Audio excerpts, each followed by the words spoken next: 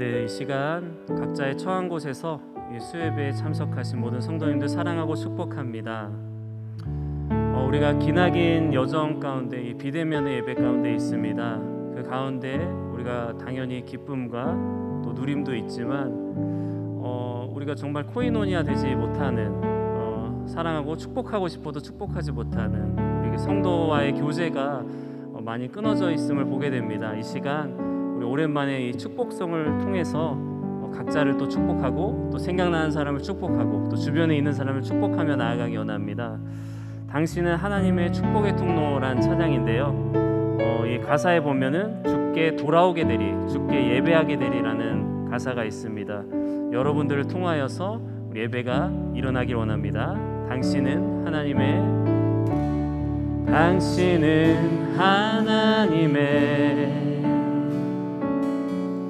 언약 안에 있는 축복의 통로,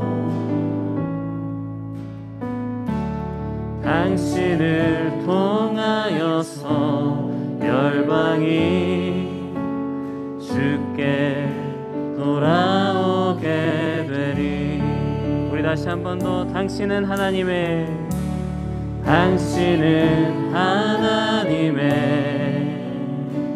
언약 안에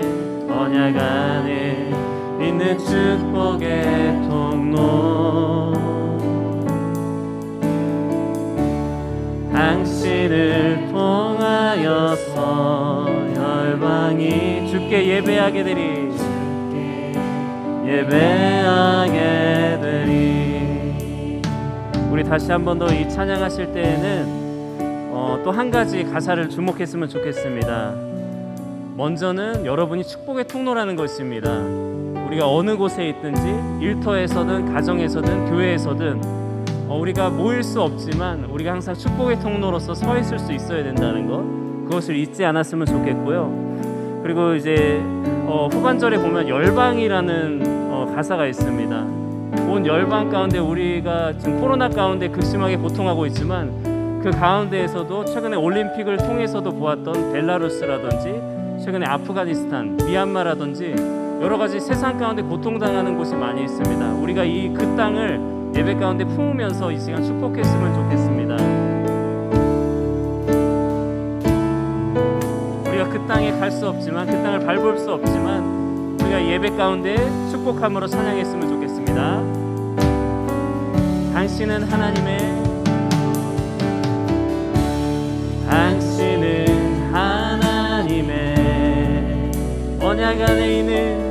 언약 안에 있는 축복의 통로, 당신을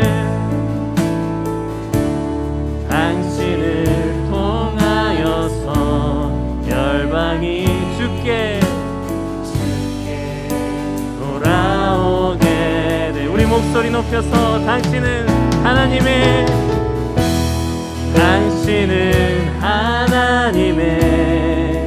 언약 안에 있는 축복의 통로,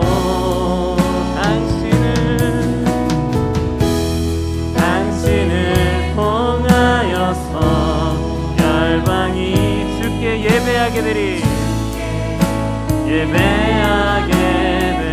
당신을 통하여서 열방이 주께 돌아오게 되리.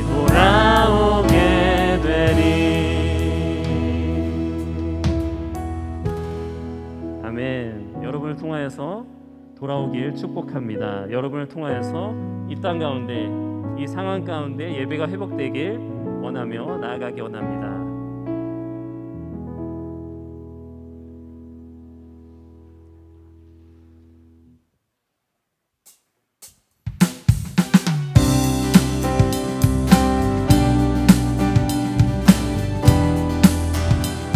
우리 고통 중에도 예수 그리스도만 소망임을 믿으시면서 우리 기쁨으로 주님 앞에 나아가기 원합니다.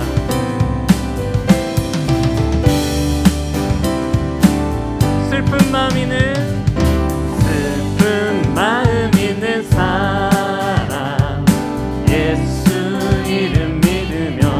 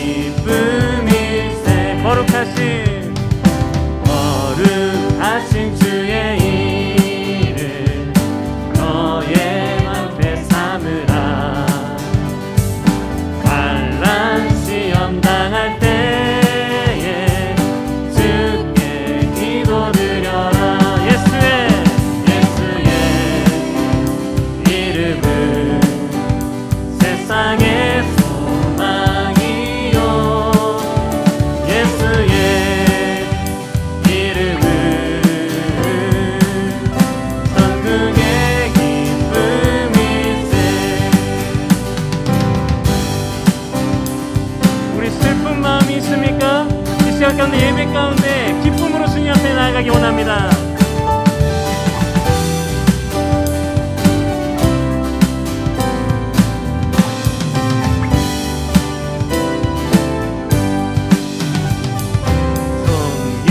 하신 주의 이름 우리 기쁨 내도다.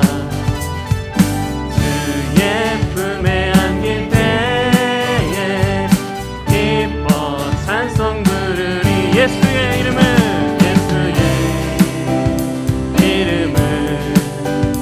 세상의 소망이요. 예수의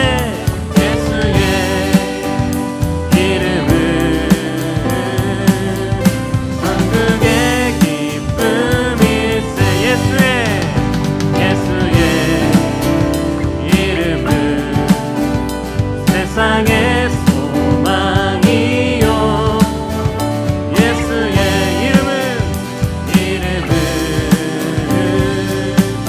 천국의 기쁨일세. 주님만이 소망이요 변함없는 반석이라. 주님만이 온 세상을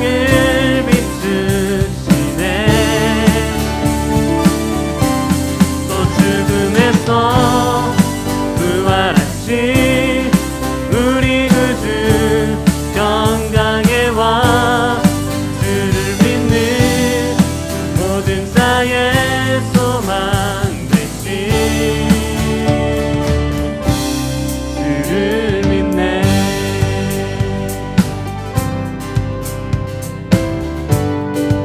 오직 예수님만이 우리 열방의 소망이십니다.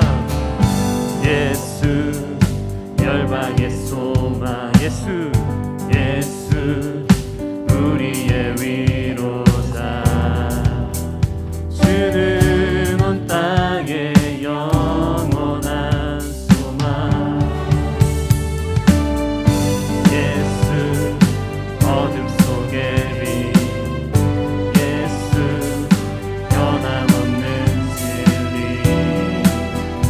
주는 온 땅의 빛이 되시네.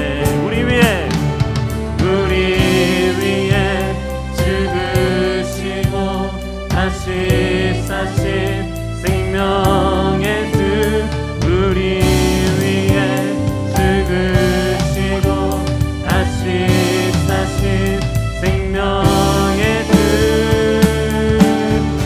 주님만이 소망이요 변함없는 반석이라.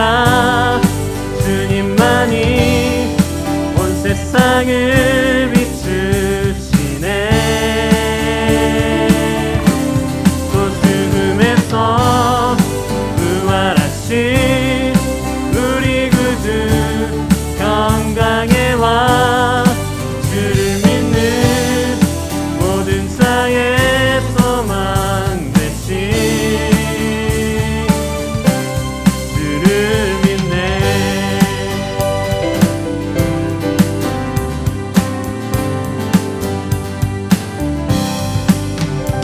우리 위에 죽으시고 다시 사신 생명의 주.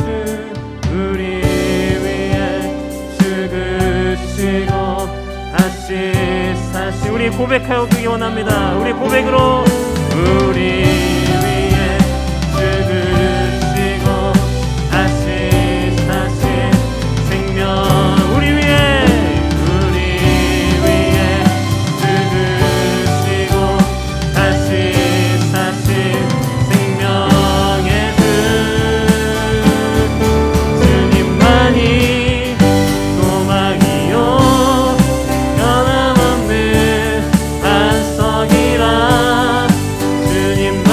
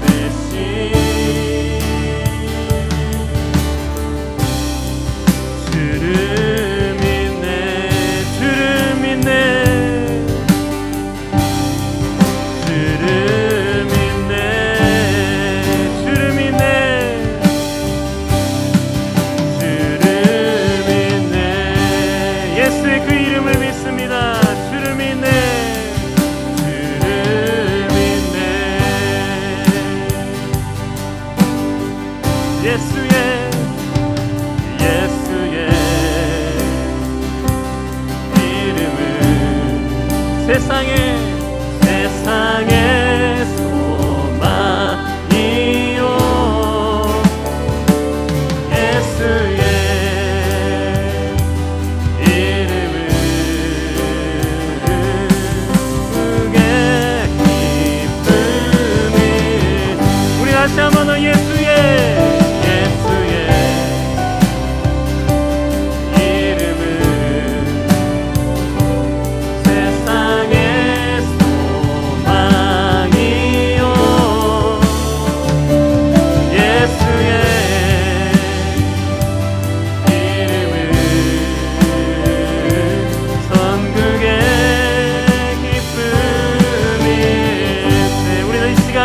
기도하며 나아가기 원합니다.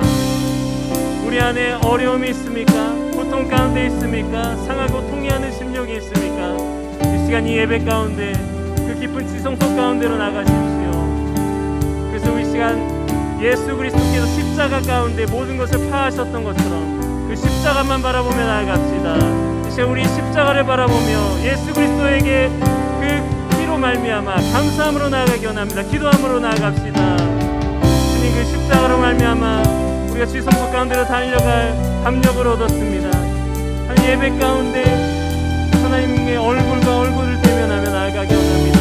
이 시간 가운데 그 예수 이름만 구하며 나아가오니 그 예수 그리스도의 십자가만 바라보며 나아가오니 이 시간 가운데 우리 안에 자정하시옵소서. 우리의 높임을 받으시옵소서.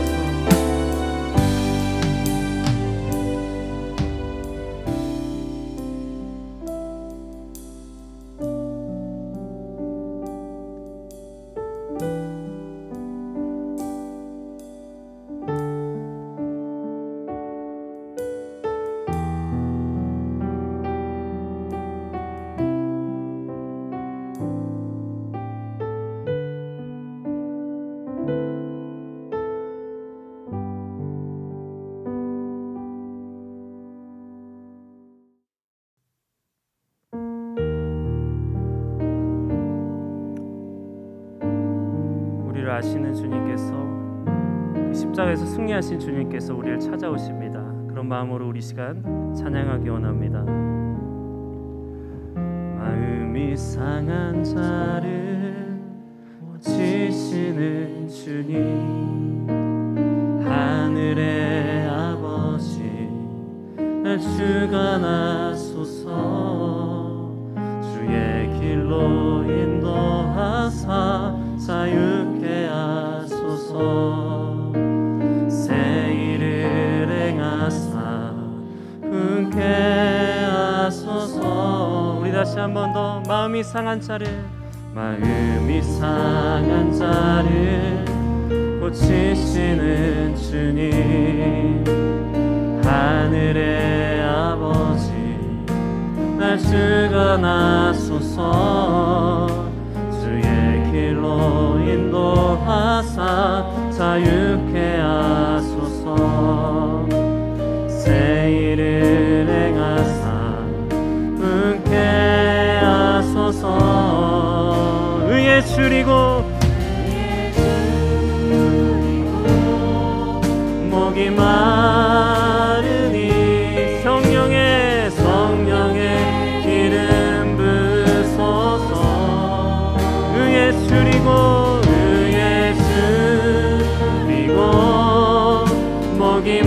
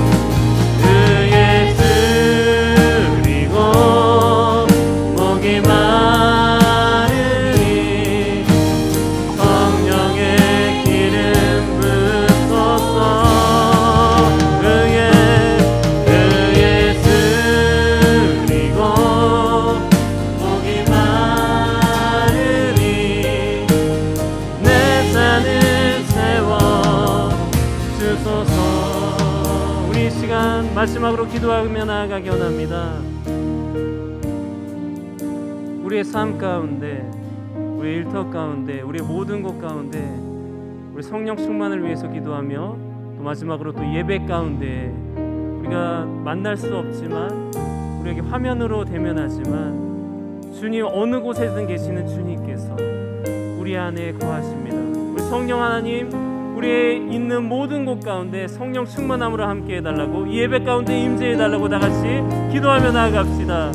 주님, 우리가 상하고 통회하는 마음으로 의에 줄이고 목마름 가운데 이 예배 가운데 나와 있습니다. 성령 하나님 임재하시어서 우리 모든 것 가운데 우리가 내 아버지 그 성령 충만함으로 나가게 하시고, 이 예배 가운데 내 아버지 하나님의 그 깊은 임재하신 가운데 우리가 거하기 원합니다. 주님 이 시간 함께 하시고, 주님 우리 성도들이 각자 처한 모든 곳 가운데 주님 임재하시옵소서. 예배 가운데 함께 하시고 우리의 높임을 받으시고 우리 예배를 받아주시옵소서.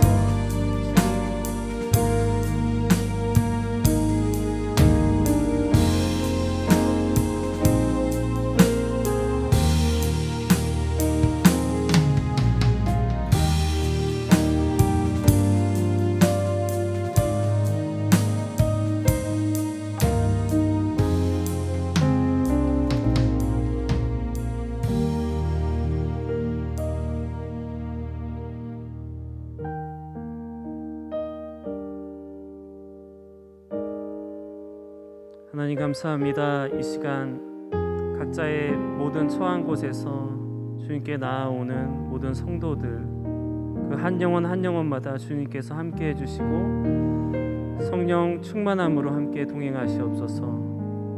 우리가 각자의 처소에서 예배할 때, 또 삶 가운데서 예배자로 살아갈 때 우리에게 고통과 상한 심령들 모든 것 예수 그리스도의 그 십자가만 붙잡고 나아가기 원합니다. 예배 가운데 오직 높임 받으실 살아계신 예수님의 이름으로 기도드렸습니다. 아멘.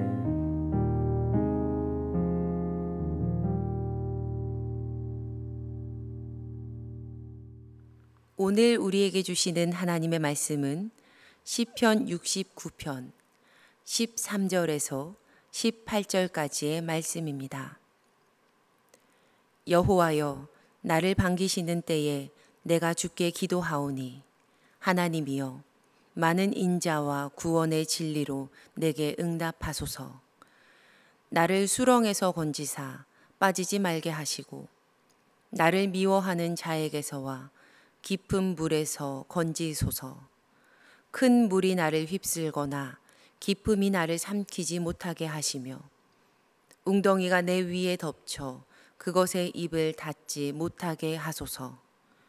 여호와여, 주의 인자하심이 선하시오니 내게 응답하시며, 주의 많은 긍휼에 따라 내게로 돌이키소서.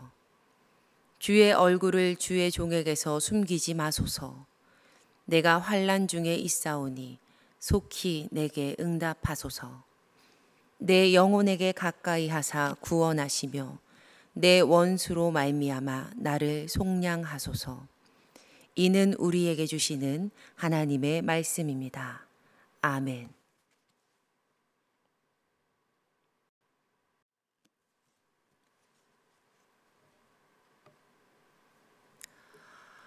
오늘 시편의 말씀은 우리에게 끝이 보이지 않는 절망 속에 있을 때 어떻게 해야 하는가에 대해서 말씀하고 있습니다.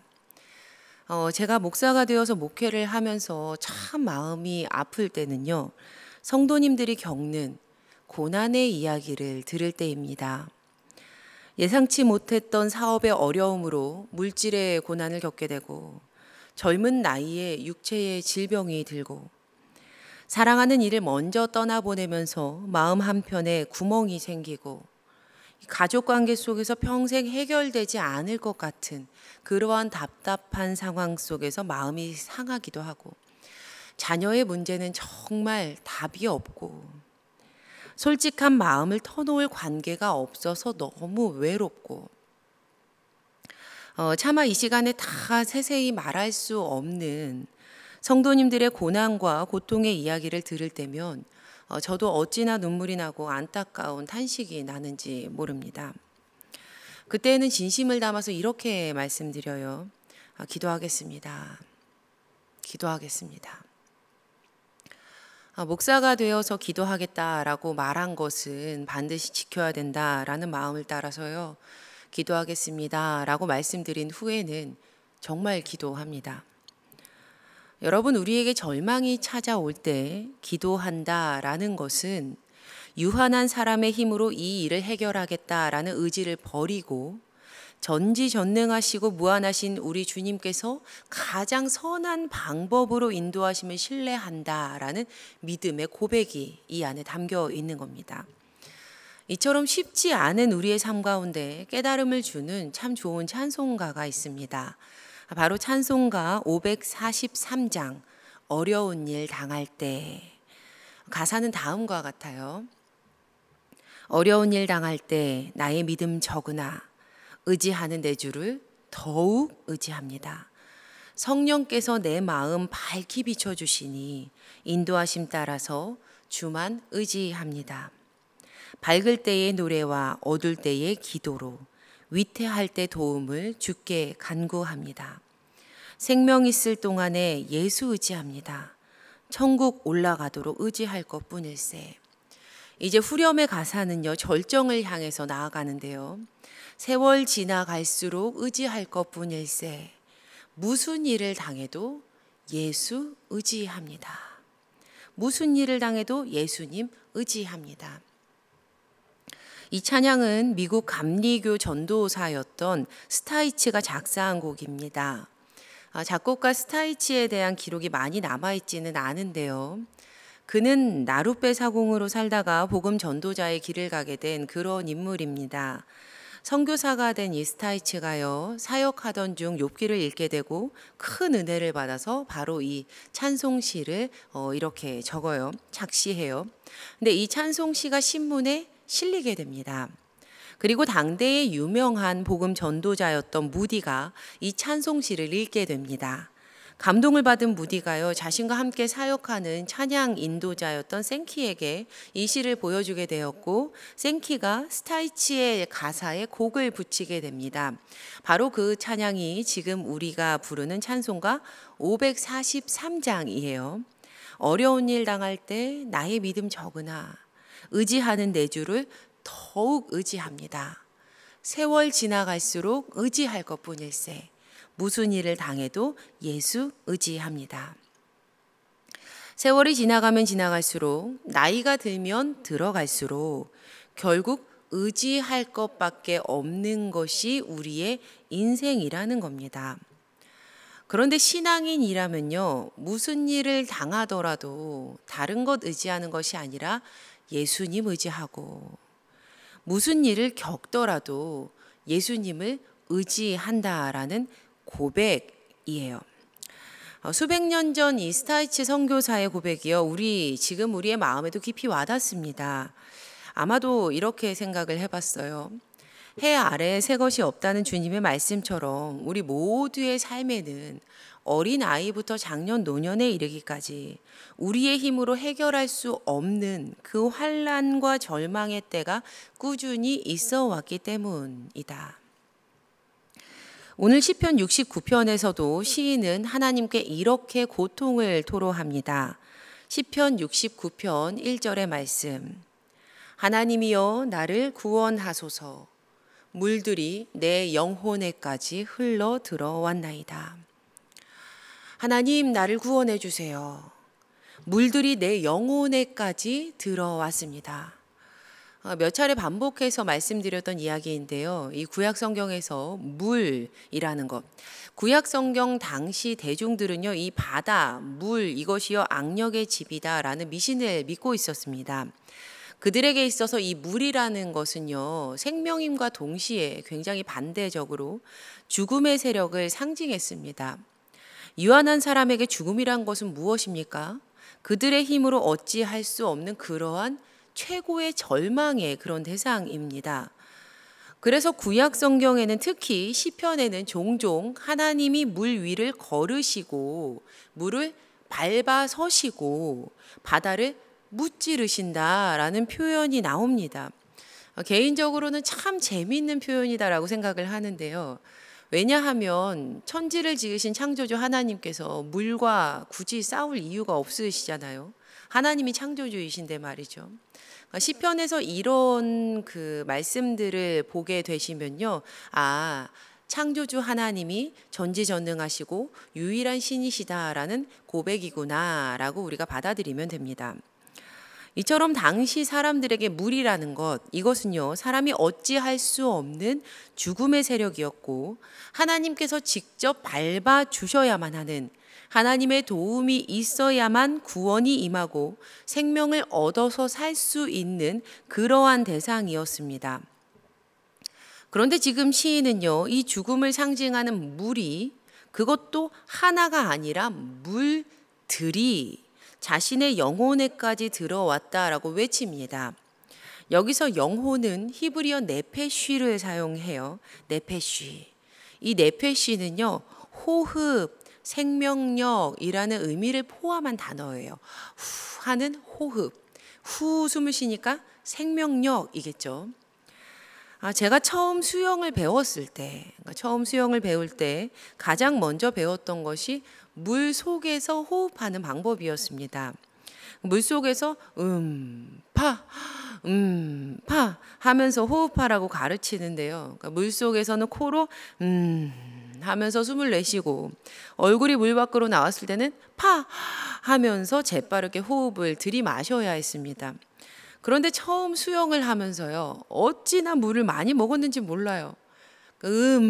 파 하면서 숨을 쉬어야 되는데, 이 순서를 달리해서요, 물 속에서 막 코로 물을 마시기도 했고요, 물 밖에서 하기도 했습니다.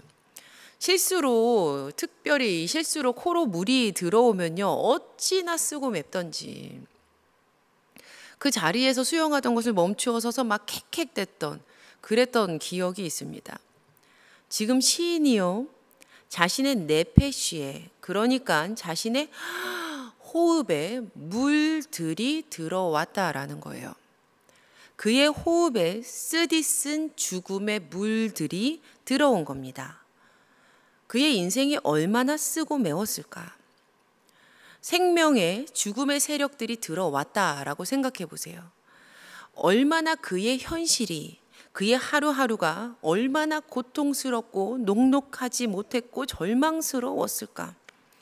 시편 69편 2절에서 그는 자신의 상태를 이렇게 묘사하고 있습니다. 나는 설 곳이 없는 깊은 수렁에 빠졌다.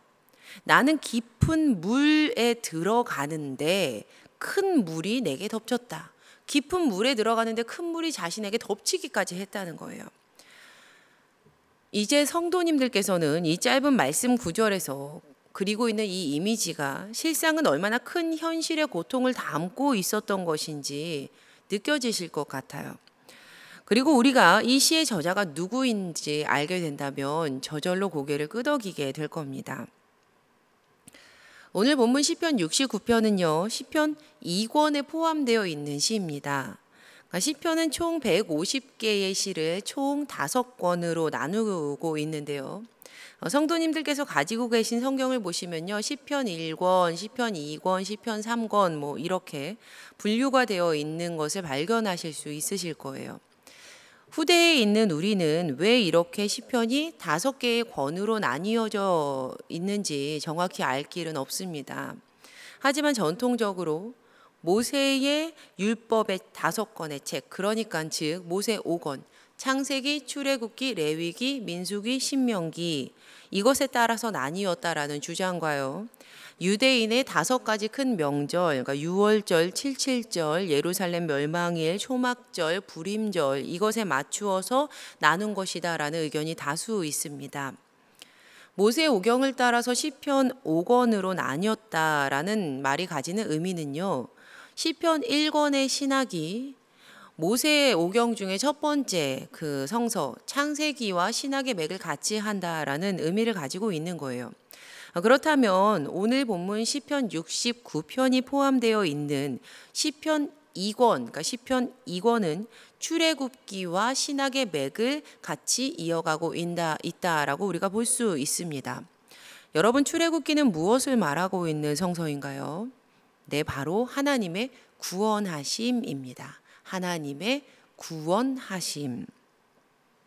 하나님께서 그분의 자녀를 애굽에서 탈출시키시고 죽음 가운데에서 구원하시고 약속의 땅으로 인도해 가시는 하나님의 구원. 바로 이것이 출애굽기가 우리에게 알리고 있는 것입니다. 그렇다면 출애굽기와 신약의 맥을 같이 하고 있는 시편 2권 또한 하나님의 구원하심에 포커스를 맞추고 있어요. 그러니까 시편 2권은요, 시편 42장부터 72장까지로 묶이게 되는데요. 이 말씀들을 읽어보시면요, 하나님의 구원하심에 대한 기록이 다수 나옵니다. 제가 몇 군데만 좀 읽어드릴게요. 나는 그가 나타나 도우심으로 말미암아 내 하나님을 여전히 찬송하리로다. 하나님이 도우셨다는 거예요. 내 영혼을 스올의 권세에서 건져내시리로다. 죽음에서 건지셨답니다. 주께서 속량하신 내 영혼이 즐거워하리이다. 주님께서 속량하셨대요. 그리고 특히 시편 2권에는 다윗의 시가 많이 들어 있습니다. 오늘 시의 저자도요, 다윗이에요. 다윗. 가지고 계신 성경 69편의 첫 시작 꺽쇠 가로를 보시면요, 그 안에 다윗의 시라고 되어 있습니다. 우리는 이 다윗이라는 인물을 떠올릴 때 대체로 하나님의 복을 받은 이스라엘의 선왕이다라고 생각을 합니다. 하지만 사실 다윗이란 사람은요, 참 다사다난한 인생을 살았던 그러한 인물입니다. 다윗은 극심한 고난을 겪었고요, 아픔도 있었어요. 먼저 다윗이 홍한의 소년이었을 때 사무엘은 이스라엘의 두 번째 왕을 세우고자 다윗의 집을 방문합니다. 그런데 그때 다윗이 이 자리에 들어갈 수도 없는 그러한 사람이었어요. 그의 형 7명이 한 사람씩 차기 왕으로 세워질 인물인가? 이 사무엘 앞에 섰을 때 다윗은 홀로 들에서 양을 치고 있었습니다. 또 아버지의 심부름을 하기 위해서 블레셋과 전쟁 중에 있었던 형들을 찾아갔을 때 형들이 다윗에게 화를 내면서 양들 어디에 두고 이리로 왔냐라고 말하고요. 또 우리는 너의 교만과 완악함을 아는데 너 전쟁 구경하러 왔어라고 말을 합니다. 다윗의 원가족이요, 다윗에게 그렇게 호의적이지 않았어요. 원가족 사이에 문제가 있는 분들이 계시죠. 가족 간의 관계의 문제, 물질의 문제가 굉장히 복잡하게 얽혀 있으면요, 그보다 더 마음을 답답하게 하는 일들이 없는 것 같아요. 다윗은요, 화목하다 말하기 어려운 가정에서 그런 환경 가운데서 자라납니다. 이뿐만 아니라 사울이 먼저 다윗을 크게 사랑했어요. 그런데 그래서 자신의 무기를 드는 자로 다윗을 불렀음에도 불구하고 결국 다윗은 한 나라의 왕에게 쫓기는 신세가 됩니다. 사울의 큰 사랑의 마음이 완벽하게 바뀌어서요, 완전한 증오와 미움이 되어버렸어요. 이제 다윗은 사울을 피해서 이리로 저리로 도망하게 됩니다. 사람들은 다윗을 발견하면요, 다윗이 지금 여기 있습니다 라고 사울에게 밀고 하기가 일쑤였어요. 지금 다윗이 겪는 건요, 배신감일 거예요. 배신감. 어제까지 나에게 호의를 베풀면서 마음을 다해서 함께 나눈 것처럼 행동했던 어떤 이가요, 어느 날 갑자기 하루아침에 태도를 바꾸고 표정을 바꿔버리는 거예요. 하루아침에 이런 일 겪게 되면요, 날카로운 칼이 마음을 이렇게 스치고 지나간 것처럼 마음이 쓰리죠. 다윗이 사람을 믿을 수 있었을까? 이 일로 다윗이요, 이방 땅으로 도망가서 목숨을 지키고자 미친 척도 해야 했습니다. 끝내 몸도 마음도 붙일 곳이 없었기 때문에 광야에서 고난에 지친 이들과 함께 생활을 하게 돼요. 우리가 잘 아는 바와 같이 시간이 흘러서 다윗은 왕이 되었지만 그렇다고 그의 인생에 절망스러운 사건들이 그친 것은 아니었어요. 다윗은 충신 우리아를 죽이게 되는데, 그리고 또 그의 아내를 빼앗는 죄를 저지르게 됩니다. 그로 인해서 하나님의 사람을 통해서 한 나라의 왕이 만방의 수치가 드러나는 일을 겪음과 동시에 그때 낳은 아이를 잃는 아픔까지 겪습니다. 지은 죄로 인해서 절망의 수렁이 참 깊었을 텐데, 지은 죄 때문에 절망의 수렁에 빠지면 정말 더 깊잖아요. 그런데 자녀까지 잃었어요. 다윗의 자녀들에게 생긴 문제는요, 여기서 그치지 않습니다. 다윗은요, 참 많은 자녀를 잃습니다. 다윗의 자녀들 사이에 성적인 폭력이 일어나게 되고 이 일을 계기로 아들 압살롬의 분노가 켜켜이 쌓여갑니다. 결국 압살롬이 이 일을 벌였던 암논을 없애요. 그리고 아버지 다윗과 자신의 사이가 멀어지게 되죠. 그러니까 부자 간에 생긴 틈이 끝내 메워지지 않게 되었고 결국에는 압살롬이 아버지 다윗을 배반하게까지 됩니다. 하지만 결국 이 일로 다윗이 아니라 압살롬이 죽음을 당하게 되죠. 하지만 다윗이 얼마나 아팠음에도 불구하고 그런데 다윗이요 한 나라의 왕이었기 때문에 나라를 위해서 싸운 충신들을 위해서 이내 자녀를 잃은 개인적인 아픔을 내려놔야 했습니다. 이렇게 다윗의 삶을요 다른 측면에서 살펴보니까 왜 다윗의 시가 시편 2권에 많이 남아 있는지를 잘 알 것 같아요. 시편 2권이 출애굽기와 신학의 맥을 같이 한다라고 말씀드렸잖아요. 출애굽기가 하나님의 구원하심에 대한 신학을 말하고 있다고 했어요. 구원이 필요한 상황이 어떤 상황입니까? 네, 도움이 필요한 상황이에요. 죽음 가운데 있는 상황이라는 말입니다. 곳곳에 절망의 수렁이가 기다리고 있었던 이 다윗의 삶에는 반드시 하나님의 구원이 필요했던 겁니다. 절망 속에서 끌어올리시고 죽음 가운데서 생명을 주실 그 하나님이요. 오늘 시편 69편에서도 다윗은 하나님께 자신의 절망적인 상황을 토로하고 있는데요. 이 시의 역사적인 상황과 개인적인 삶의 정황이 어떠한지는 구체적으로 기록되어 있지 않습니다. 그러나 절망스러운 상황임은 확실합니다. 4절 말씀 보니까요. 이렇게 되어 있어요.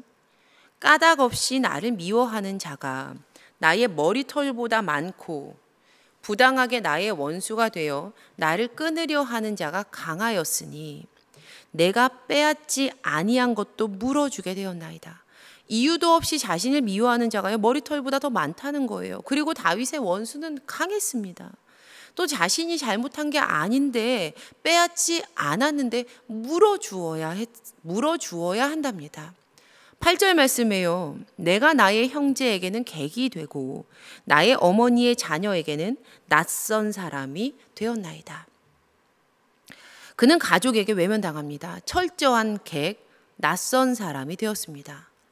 10절에서 12절까지의 말씀에는요. 내가 곡하고 근심하였더니 그것이 도리어 나의 욕이 되었으며 내가 굵은 배로 내 옷을 삼았더니 내가 그들의 말거리가 되었나이다. 성문에 앉은 자가 나를 비난하며 독주에 취한 무리가 나를 두고 노래하나이다. 당시 당연한 신앙의 경건의 모습까지도 사람들의 조롱거리가 됩니다. 마치 지금 코로나 팬데믹 상황과도 비슷하지 않을까라는 마음이 좀 들었어요.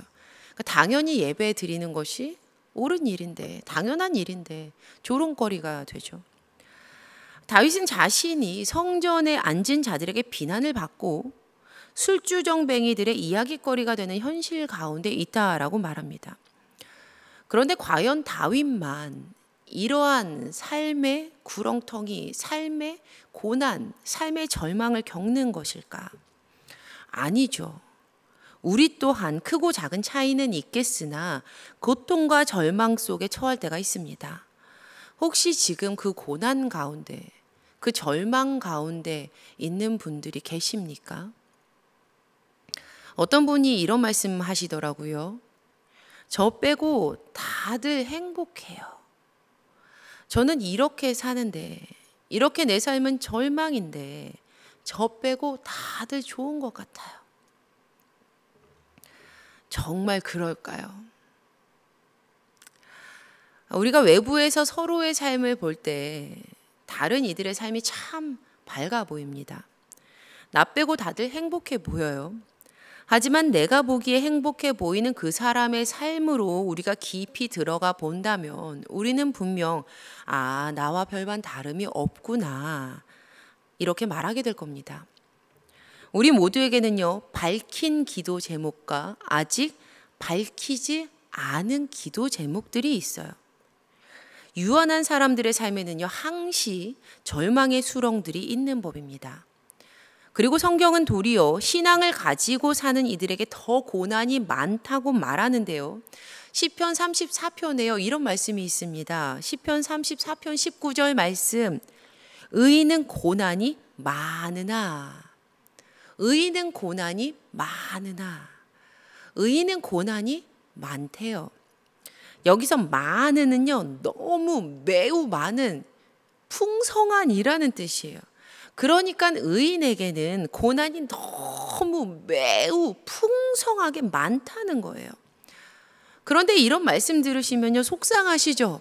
하나님 잘 믿고 신앙생활 잘 했는데 왜 이런 일들이 생길까? 그런 마음이 들 겁니다. 그런데 성도님들, 괜찮습니다. 괜찮아요. 왜냐하면 믿음을 가진 이들에게는요, 여기가 끝이 아니기 때문입니다. 절대 여기서 끝나지 않아요. 신앙인들의 삶의 절망은요, 거기서 끝이 아닙니다. 도리어 주님의 자녀들의 절망은요, 시작점이에요. 시작점. 바로 하나님의 구원의 시작점.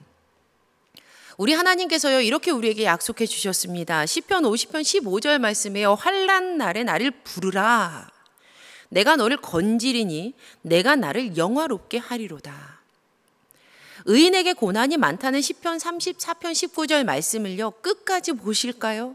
끝까지 보시면요, 의인은 고난이 많으나 여호와께서 그의 모든 고난에서 건지시는도다. 여호와께서 그의 모든 고난에서 건지시는도다. 여기서 모든은요, 완전한 전체를 뜻해요. 그러니까 모든 면에서의 모두, 그러니까 전적인 것을 의미합니다. 할렐루야. 아멘. 아멘. 의인에게 아무리 고난이 많아도요, 괜찮습니다. 왜냐하면 하나님께서 그 모든 것 가운데 그 전체 속에서 구원하시기 때문이에요. 하나님은 완벽하게 구원을 이루십니다. 그래서 우리가 절망 속에 있을 때, 그 속에 빠져서 하나님께 기도드릴 때에 우리는요, 이 하나님의 언약의 말씀에 기대야 합니다.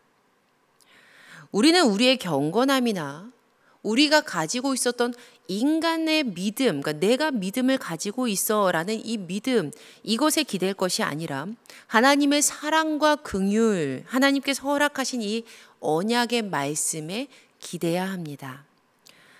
장지 오노의 나무를 심은 사람이라는 책이 있습니다. 그러니까 어느 날 혼자 여행을 하던 한 젊은이가 황무지에서 물을 찾아 헤매다가 오래되어 쓰러진 한 마을에서 중년 남성을 만나게 돼요. 그 사람의 이름이요, 엘제아르 부피에였어요. 엘제아르 부피에. 그는 자신의 아내가 먼저 하늘나라로 갔다라고 소개를 하면서 그때 아내와 작별한 뒤에 아무도 찾지 않는 이 넓은 계곡에 일일이 땅을 파서 구멍을 내고 수십 킬로미터 떨어진 곳에서 모아온 도토리를 그 구멍에 심고 덮는 일을 한다라고 설명을 합니다.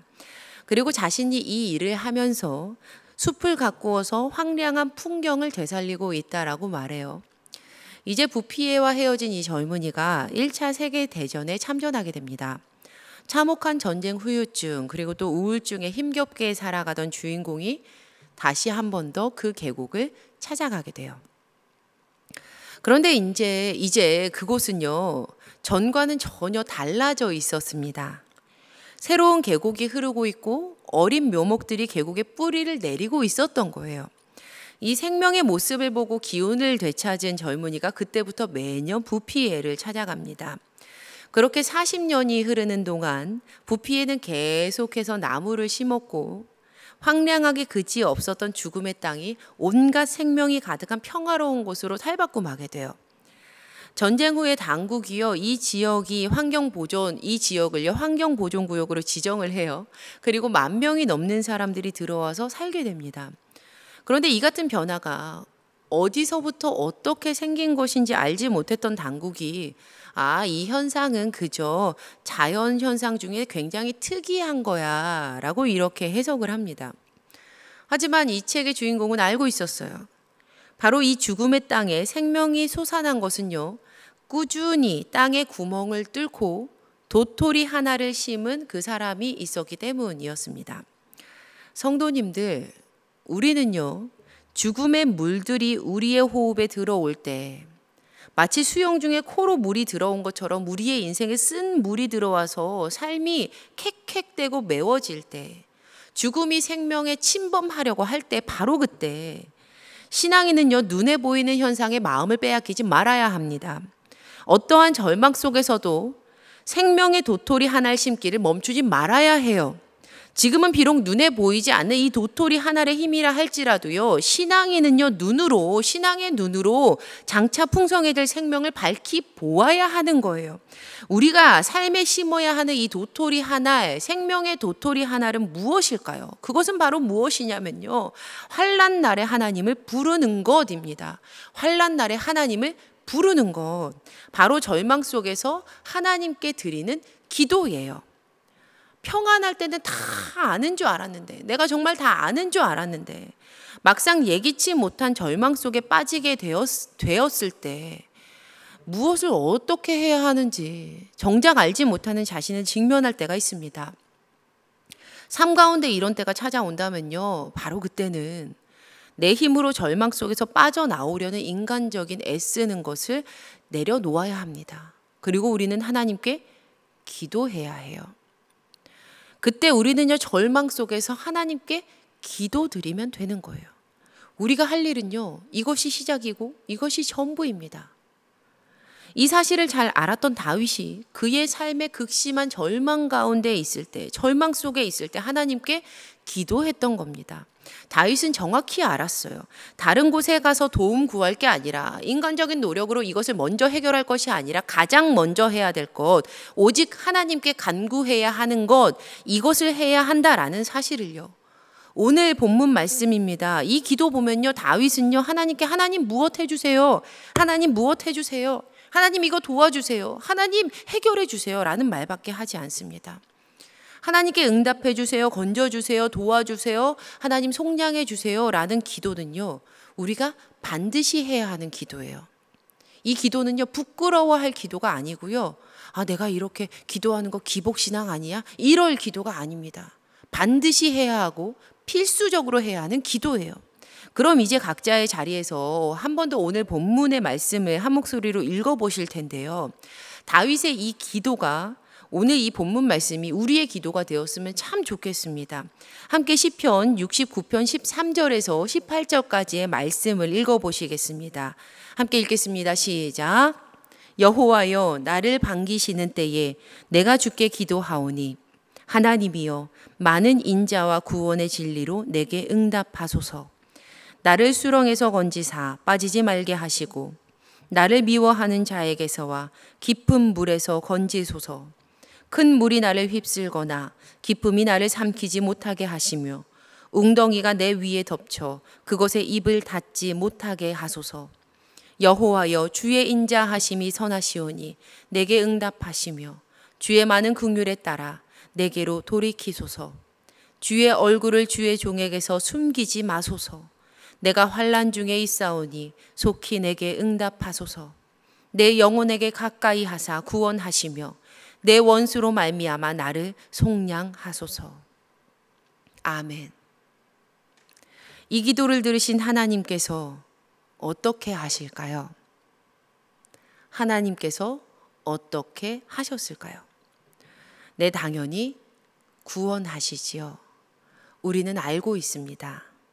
하나님께서 다윗의 기도를 들으셨고 그를 절망의 구렁 속에서 구원하셨습니다. 바라기는요, 오늘 말씀을 듣고 각자의 절망 속에서 드리는 이 모든 기도에 하나님의 은혜로 구원의 응답이 허락되기를 간절히 주님의 이름으로 축원합니다. 이 시간 함께 괴로울 때 주님의 얼굴 보라 찬양하시고 결단하며 기도하겠습니다.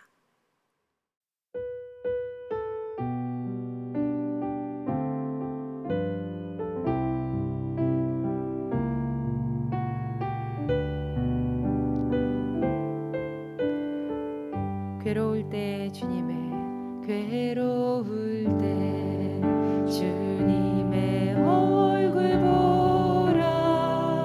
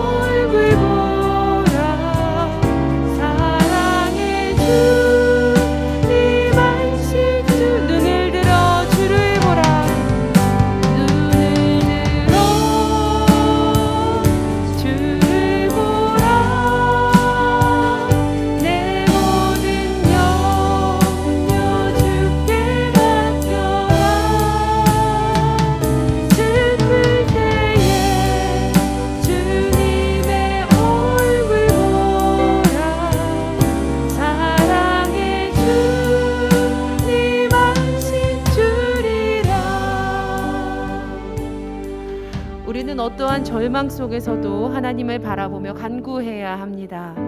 그리하면 반드시 하나님께서 우리 모두에게 구원하심과 평안의 안식을 허락하실 겁니다. 지금 이 시간 각자의 삶을 괴롭게 하는 절망의 영역들이 있다면 하나님께서 건져주시기를, 구원해주시기를 간절히 구하며 함께 기도하겠습니다. 하나님 고맙고 감사합니다. 귀한 말씀 허락하여 주셔서 오늘 주님 안에서 승리케 하시니 감사합니다. 하나님 절망 바라보며 넘어지는 주의 자녀 되지 않도록 주님 은혜를 더하여 주시고, 하나님 바라보며 하나님의 구원하심 가운데 평안을 누리는 귀한 주의 자녀들 될 수 있도록 하나님 우리 제일교회 성도님들의 삶을 붙들어 주시옵소서. 하나님 각자의 삶을 괴롭게 하는 절망의 영역들이 있습니까? 관계의 부분입니까? 물질의 부분입니까? 하나님 꿈과 소망과 희망이 하나님 좌절된 그러한 하나님 아픔을 견디고 있습니까? 하나님 각자의 처소에서 예배하는 모든 이들을 만나 주셔서 하나님께서 건져주시는 귀한 은혜를 체험케 하여 주시고, 하나님 구하시는 귀한 은혜를 하나님 누리게 하여 주시옵소서. 하나님 우리 모두의 각자에게 오늘 주신 말씀이 예와 아멘이 되게 하여 주시고, 우리 삶의 르마의 말씀이 되어 우리 삶을 변화시키는 살아있는 말씀 되기를 간절히 소망합니다. 하나님 은혜 더하여 주시옵소서. 아버지 말씀을 믿게 하여 주시고 믿음대로 역사하신 하나님 만나게 하여 주시옵소서. 아버지 감사드립니다. 우리 삶의 모든 절망의 상황을 아시는 하나님, 우리 모두를 불쌍히 여겨 주시옵소서. 우리를 수렁에서 건지사 더 이상 우리의 발이 그곳에 빠지지 말게 하여 주시고, 우리를 깊은 물에서 건져 주시옵소서. 우리에게는 하나님의 구원하심이 반드시 필요합니다. 우리의 삶 가운데 찾아오시는 귀한 하나님의 은혜가 반드시 필요합니다. 우리의 삶 속에 있는 절망 가운데 하나님의 구원하심을 체험케 하여 주시고, 모두의 삶이 주님의 구원으로 귀결되게 하여 주시옵소서. 특별히 이 시간 주님께 예물 드리는 아름다운 손길이 있사오니 주님 받아주시고, 모든 것이 하나님의 것임을 고백하며 드리는 귀한 예물 가운데 하나님의 이름이 널리 세상 가운데 하나님 보여지고 들려지는 은혜를 허락하여 주시옵소서. 주님께 드리는 손길마다 먹이시고 입히시는 하나님의 은혜를 누리게 하여 주시고, 부족하고 연약하여서 주께 드리지 못하는 이들이 있다면 주님께 드리는 기쁨을 회복시켜 주시옵소서. 남은 한 주를 절망 속에 살지 않게 하여 주시고, 하나님의 구원하심을 깊이 느끼며 체험하는 우리 되기를 간절히 소망합니다. 주여 믿음대로 역사하여 주시옵소서. 이제는 우리 주 예수 그리스도의 은혜와 살아계신 아버지 하나님의 무한하신 사랑하심과 성령님의 감화감동 교통 인도하심의 귀한 은혜가 절망 속에서도 구원하시는 하나님 바라보며 하나님의 건지심과 구원을 맛보아 누릴 주님의 자녀들 위해, 우리 제일교회 위해 이제로부터 영원까지 함께 하시기를 간절히 축원하옵나이다. 아멘.